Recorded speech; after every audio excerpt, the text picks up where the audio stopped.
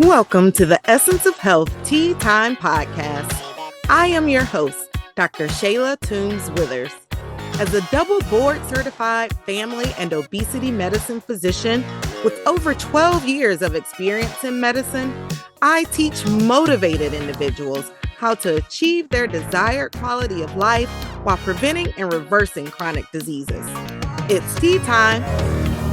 So today, my special guest is Miss Zsa-Zsa Porter. Zsa-Zsa and I are fellow triathletes. We actually met through the world of triathlon as a part of the Black Triathlete Association originally, and now Fast Chicks, which inspires women of all colors and ethnicities to go out there and do triathlon and find their power through the sport. So I'm just excited to interview Zsa-Zsa today and have her with me on the Tea Time Podcast. So welcome, Zsa-Zsa. Hi, it's so good to see you. And thank you for the opportunity. Awesome. So we're going to dive in. Now, I know beyond triathlon that we also have in common that we are both plant-based. So tell me your plant-based story. How long have you been plant-based and what led you to consume a plant predominant diet? I have been plant-based, I think a little over 3 years. What led me to that is I broke both of my legs when I was 17. And now as an adult, I have arthritis because I have a pin in my knee and a pole in my leg and in my knee. I was trying to figure out with the doctor why I was having a lot of pain. And he mentioned to me, well, you're in your late 40s, so you can either have knee surgery but I would have to do it again because again, I'm still in my 40s, or I could, take medication that he could prescribe.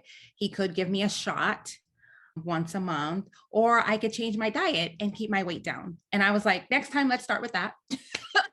So that's what I decided to do. I can never remember to take certain things. And I don't like shots now after having 3 kids. I'm so glad that I don't have to go to the doctor all the time because of children. And I don't really want to have knee surgery if I can avoid it anytime soon. So that seemed like the perfect choice of going plant-based. And he said that would really help. And it definitely has. I rarely have knee pain. I love that. Yeah, I love that you took the approach of really the sustainable approach. Because like you said, you could still have the surgery and still may need it to go back to surgery. But one thing for sure, changing your diet and the way you move your body, would definitely be a more sustainable method for you. So I love that. And that's a great health benefit too, because there are some studies that show that plants can definitely reduce inflammation. We do know that meat and dairy products actually increase inflammation within the body, and so even just doing that to help your arthritis is wonderful. Are there any other health benefits that you feel like you've gained or even noticed since consuming a more plant predominant diet? Yeah, so my son is also my middle child decided at the same time that he would go plant-based with me. And Oh, that's he great. was born as a preemie. And he's always had some type of respiratory issue, whether he was borderline with asthma, he's always had to use albuterol. And once he went plant-based, he realized that, well, he hasn't had to use anything since then in those 3 years. So he noticed his breathing is better. He runs a lot more. He's a theater kid, so he's always on stage. The coughing and stuff that he used to have quite often has gone away. And I really think it had a lot to do with the dairy and milk and things like that. And the same for myself. I don't find I'm as congested. And honestly, I can't remember the last time I had a cold. Like knock on wood, but I don't Right. get sick often. Um, Mhm. I just find that the things that I eat and having a colorful plate Mhm. provides me with so much nutrients. I'm just not one that's sick often. So Yeah. Yeah, for sure. The thing about dairy products, it creates more mucus within our system. And for those folks with asthma, a lot of times they'll even suffer from eczema too. And just removing that dairy, I've had some patients and clients just removing dairy from their diet has made a world of difference in their asthma and their eczema. And so I think that's great, as well as, just having your child want to jump on board and do that with you. A lot of times, I talk to parents and it's hard, even in my own household, sometimes to get Yeah. my kids to, want to choose certain vegetables and things. And so what do you feel like for him, what really made him, want to opt to choose a more veggie friendly diet?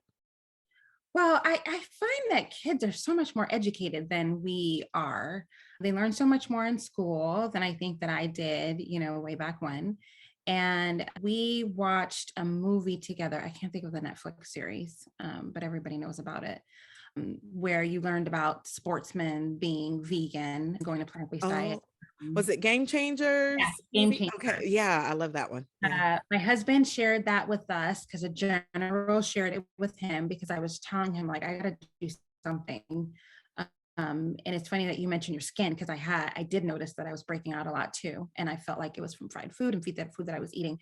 And he shared something that someone shared with him, and me and the boys watched it together. And I said, you know what? I think I'm definitely going to do this. And my son's like, I'll do it with you, but I got to come up with a dessert. Like, I can't just eat like this all the time. And that's when he made his vegan chocolate chip and oatmeal cookies that people travel from all over the world Yes. or And they ask are me to share. amazing.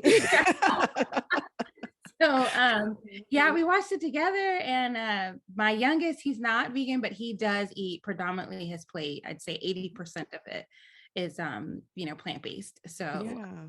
I think after they felt educated, that's when we made the decision together.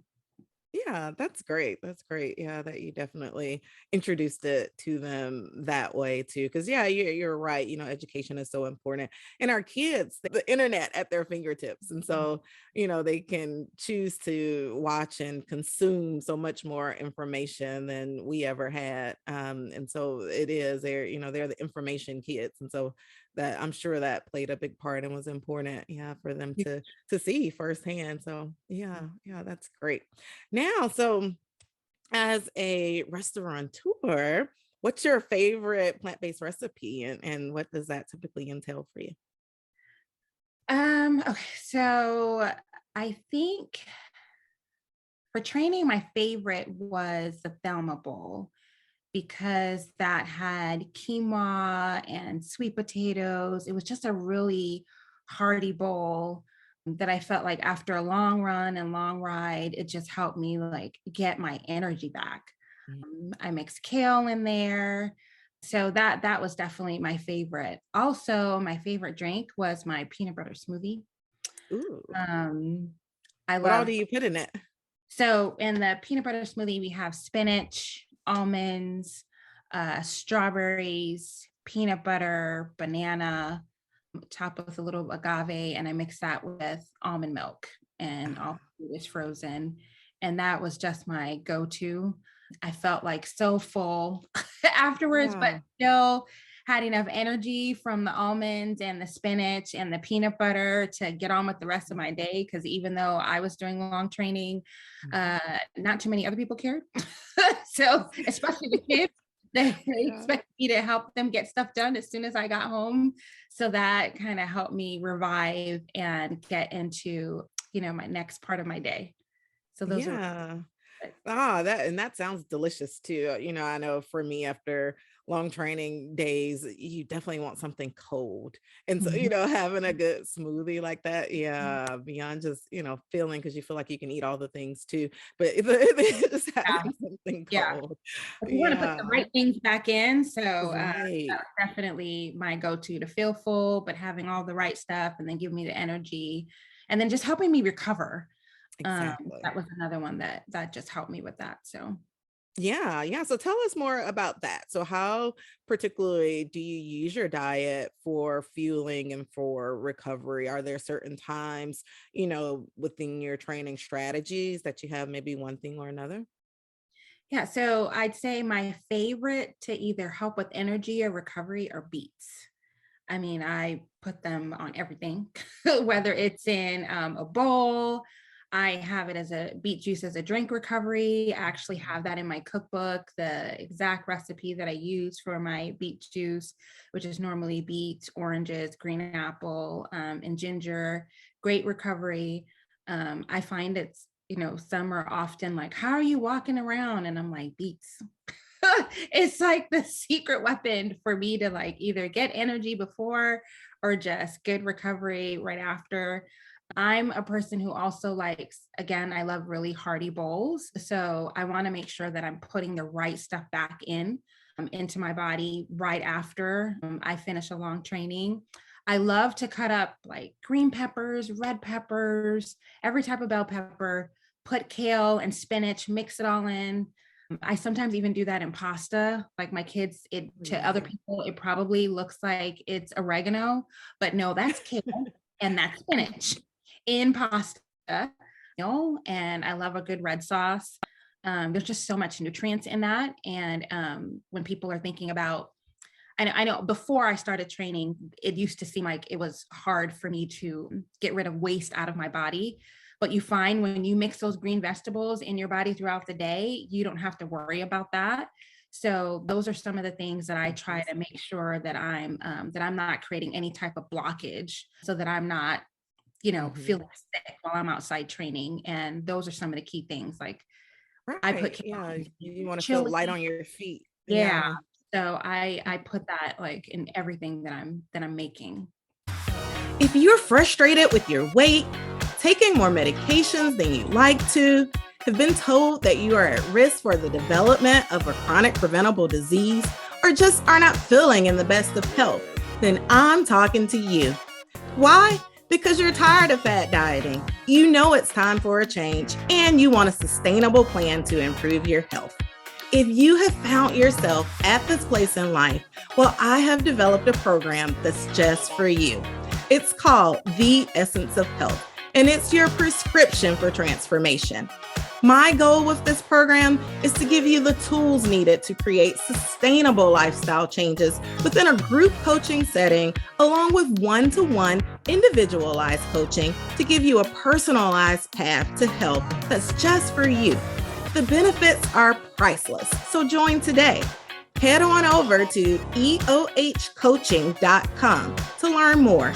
The essence of health is in you. Yeah, for sure. One of the things, I always tell people too, if your bowels are feeling sluggish, then just power it up, power up more of that fiber. And it's so funny because a lot of times, in our world, we're telling people to, don't eat this or don't eat this or eat less or that kind of thing. But with the plant predominant diet, it's actually the way where you tell people to eat more. So yeah. Eat more of those beans, eat more of those greens, because it's going to do you a lot of good, and it's not going to be bad for you to eat more. I eat several times a day.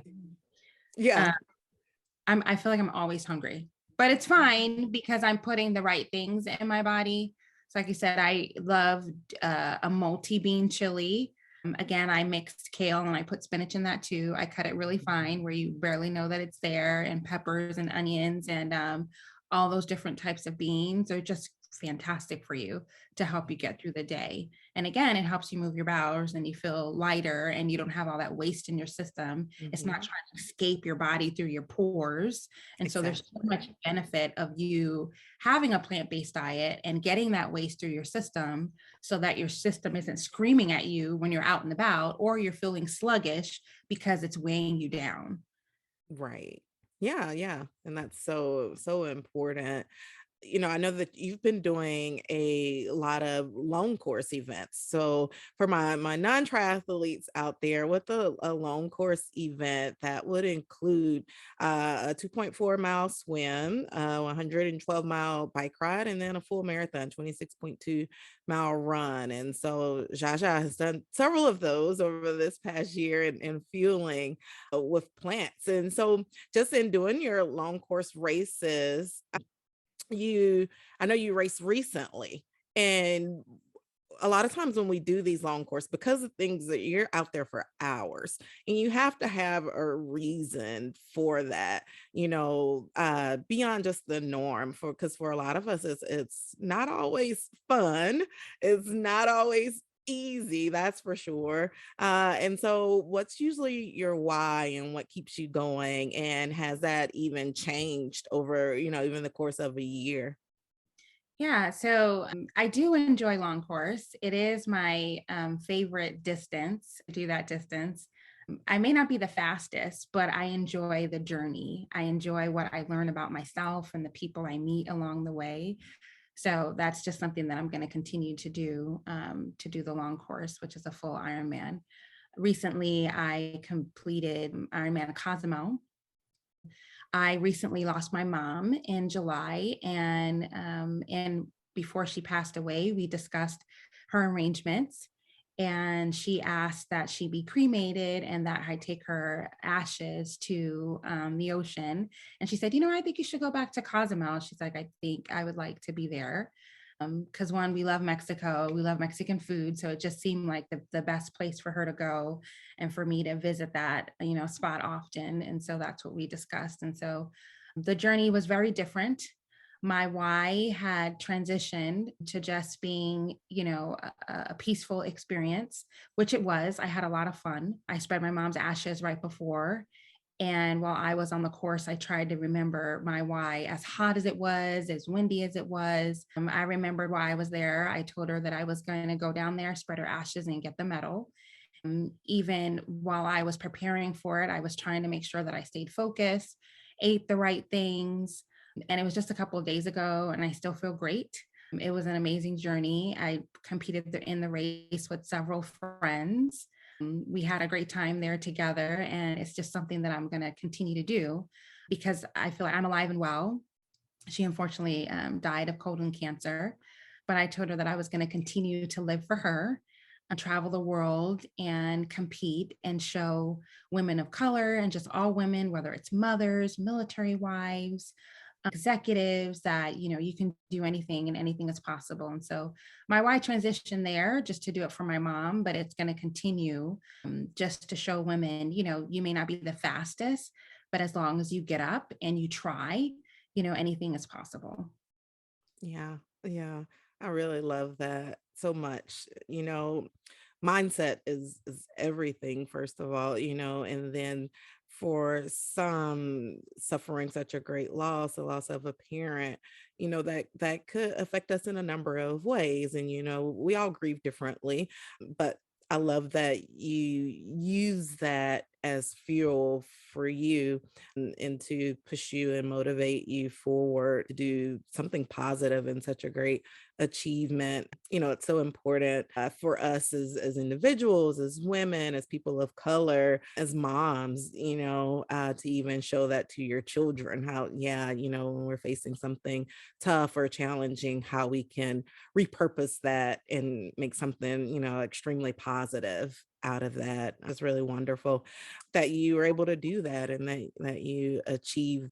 So thank you, for sharing that with us. Thank you for joining me today on the Essence of Health Tea Time podcast. Click the subscribe button on your favorite podcast platform so that you never miss a moment of the Essence of Health Tea Time podcast. Check out the show notes to obtain your free tips for healthy living guide to get you started on your health and wellness path.